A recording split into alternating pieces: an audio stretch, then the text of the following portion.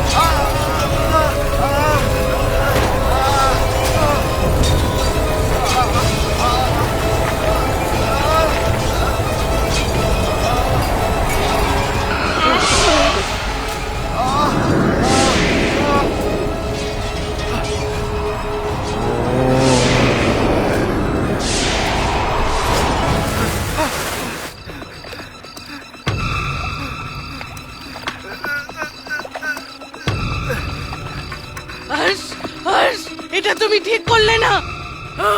এবার তোমাকেও মরতে হবে।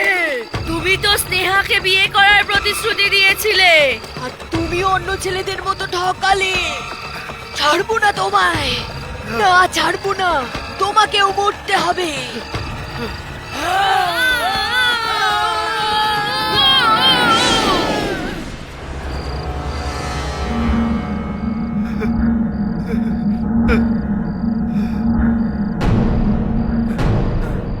স্নেহা কোথায়?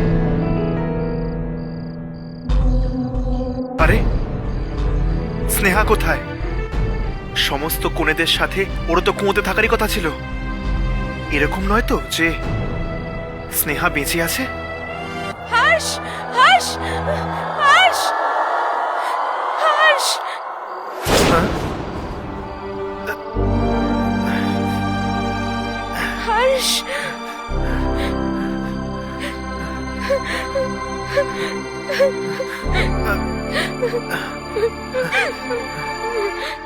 স্নেহা তুমি? আমি তো ভেবেছিলাম যে তুমি ওদের মধ্যে একজন। স্নেহা, স্নেহা সব ঠিক হয়ে যাবে। তোমার পরিবারের সদস্যদের আত্মারা মুক্তি পেয়ে গেছে। না হর্ষ, কিছুই ঠিক হয়নি। এই সব তো ততক্ষণ শেষ হবে না যতক্ষণ না আমার বিয়ে এই মণ্ডপে না হয়। কিন্তু আমি তো এইমাত্র কুঁয়োতে দেখলাম যে তুমি যেটা দেখলে সেটা একটা ছলনা হর্ষ, একটা ষড়যন্ত্র। এবারে ওরা সবাই ফেরত আসবে, আর এক এক করে সব আত্মীয় স্বজনদের একই পরিণতি হবে, যা শুভঙ্কর, গিরিশ আঙ্কেল আর সবিতা আন্টিকে দেওয়া হয়েছিল। আর এবারে হয়তো ওরা আমাকেও ছাড়বে না। কি? আমার কারণে তুমি আর তোমার আত্মীয় স্বজন বিয়ের এই মারণ খেলায় ফেঁসে গেছো? কিন্তু হর্ষ, এখনো কিছু বিগড়ে যায়নি। আমরা এটাকে এখনো আটকাতে পারি, এখনই, এই মুহূর্তে, এই মণ্ডপে বিয়ে করে। হ্যাঁ হর্ষ, এখন এটাই একমাত্র উপায়। ঠিক আছে, চলো। হর্ষ, এবার কি হলো? হর্ষ, আমাদের বিয়ে হতে পারে না। কিন্তু কেন? কারণ তুমি বিয়ের ওই সকল সাজসজ্জার সাথে আমার ওই পূর্বপুরুষদের হারও ফেলে দিয়েছো, যেটা ছাড়া এই বিয়ে হতে পারে না। ঠিক আছে, আমি নিয়ে আসছি। না হর্ষ, তুমি ওই ভেতরে যেও না, ওখানে অনেক বিপদ। এটা শুধু কুয়ো না, মৃত্যুর রাস্তা। এই কুয়ো আমার সব আপনজনকে কেড়ে নিয়েছে। যদি তোমাকেও। স্নেহা, আমাকে যে কোনো উপায় এই খেলাটা শেষ করতে হবে। আমার চিন্তা করো না, আমার কিচ্ছু হবে না। না হর্ষ, হর্ষ, হর্ষ।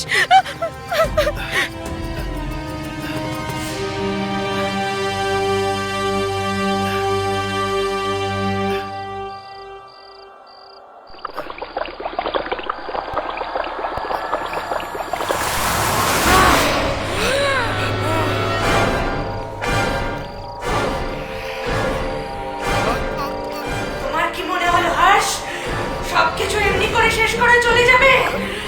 না হর্ষ, অন্যদের মতো তুমিও আমাকে মুক্তি দিতে পারতে, কিন্তু তুমি সিঁদুরের কৌটোটা আনতে ভুলে গেলে।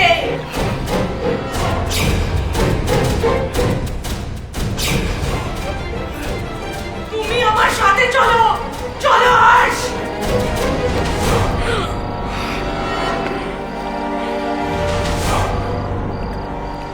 না হর্ষ, ওটাকে না, ওটাকে না, ওটা ওটা আমাকে দিয়ে দাও।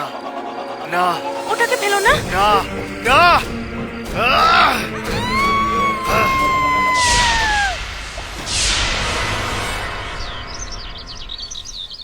তার মানে তোমার বিয়ে একটা আত্মার সাথে হওয়ার কথা ছিল? হ্যাঁ, স্নেহার সাথে যেই ছেলেটার বিয়ে হওয়ার কথা ছিল সে মারা গেছিল, সেই কারণেই সে আমাকে বেছে নিল। আর যদি আমার বিয়ে স্নেহার সাথে হয়ে যেত তাহলে আমিও চিরদিনের জন্য এই গোলক ধাঁধায় ফেসে যেতাম। কিন্তু আমি তো এটাই বুঝতে পারছি না, তুমি ওই বাড়িতে গেলে কি করে? আমাদের জিপ তো রাস্তায় খারাপ হয়ে গেছিল না? কি হয়েছিল তারপর? আর কোথায় চলে গেছিলি তুই? আরে হর্ষ, তুমি ফিরে এসেছো। থ্যাংক গড তুমি ঠিক আছো। আমার তো ভেবে ভেবে প্রাণ বেরিয়ে গেছিল। কোথাও তোমার কিছু কিছু হয়ে যায়নি তো?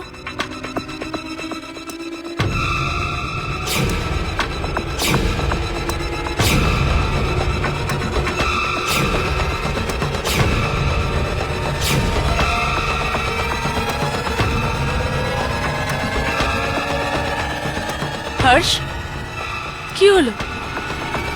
তুমি আমাকে এইভাবে কেন দেখছো? আহ, আমি আমি ওর সাথে দেখা করেছিলাম। ওর সাথে? কার সাথে দেখা করেছিলে হর্ষ? তোমার যমজ বোন মল্লিকার সাথে। কি? মল্লিকা তোমার সামনে এসেছিল? শুধু সামনেই আসেনি, ও আমার প্রাণও নেওয়ার চেষ্টা করেছিল।